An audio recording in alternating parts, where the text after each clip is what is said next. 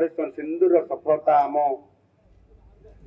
एवं आमर माँ मान भौणी मान संकल्पर ये सफलता आमर सेना बाहिनी वीर जवान माने सिंदूर मर्यादा रखिंट से मु आम देशर वीर जवान मान को पुणी थे हृदय कोटि कोटि सम्मान जनाऊँ।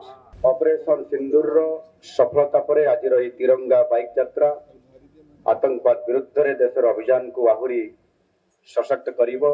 प्रिय बंधुगण, मु प्रथमे आम देशर तीन बाहिनीर वीर जवान माननकु आम माँ मानक सिंदूर मर्यादा और संकल्प रक्षा करिथिबारु मु जवान माननकु सलाम करूछि। आज आपण मानकर सहित ये तिरंगा यात्रा रे शामिल हेबा मो पाई निश्चित भाव रे गर्व एवं गौरवर विषय। देशर एकता और अखंडतार प्रतीक होउची आम भारतर तिरंगा। शांति हो बा युद्ध सबु परिस्थिति रे आम तिरंगा समस्तंकर हृदय रे रही थाए।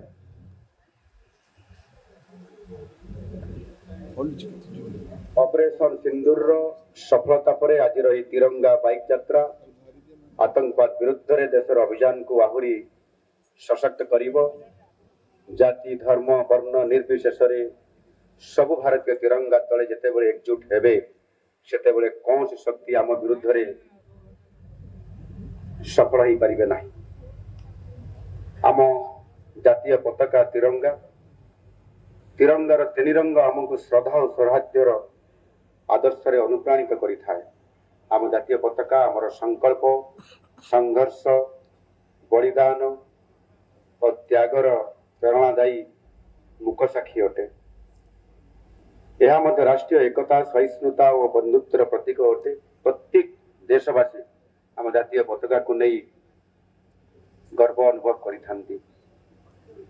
आप माने जानती 2022 अगस्त 15 तारीख रे स्वाधीनतार 75तम पूर्ति पालन अवसर रे और आजादी का अमृत महोत्सव अवसर रे भारत सरकार पक्षरु आम जातीय पताकार सम्मानार्थे घरे घरे तिरंगा अभियान रो शुभारंभ करा जायथिला।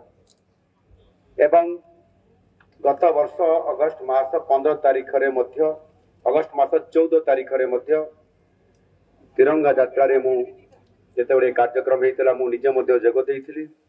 समस्तक भितरे थिबा अद्भुतपूर्व उत्साह को देखि मु निजे मध्य उत्साहित होइथिली। आज मध्य ठीक सही भली एक परिस्थिति आसीछि। ऑपरेशन सिंदूर सफलता आम एवं आमर माँ मानक भौणी मान संकल्पर ये सफलता आमर सेना बाहिनी वीर जवान माने सिंदूर मर्यादा रखिंट से मु आम देशर वीर जवान मान को पुणी थे हृदय कोटि कोटि सम्मान जनाऊँ। यशस्वी प्रधानमंत्री नरेंद्र मोदी जी नेतृत्व में आमे सब भारतीय आज निरापद अच्छा। प्रधानमंत्री मोदी जी कहते प्रत्येक भारतीय शांति और सुरक्षा सह रहिबा पई भारत वर्ष शक्तिशाली हेबा आवश्यक पड़िले आम पाई शक्ति प्रदर्शन मध्य जरूरी एवं मोदी जी यह ऑपरेशन सिंदूर रे प्रमाणित करी देखैछन।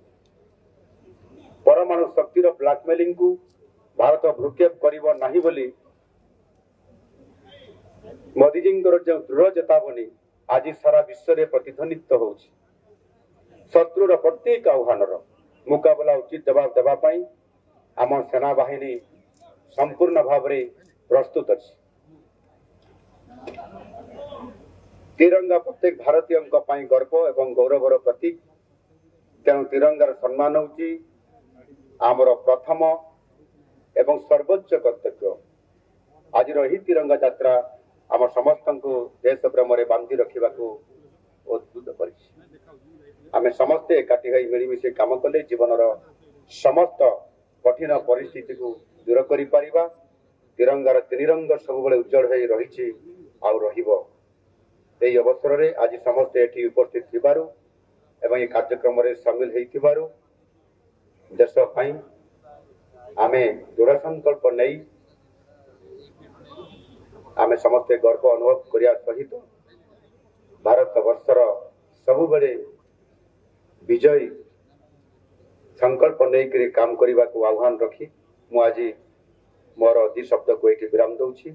समस्त को बहुत बहुत धन्यवाद। वंदे उत्कल जननी, भारत माता की जय। धन्यवाद।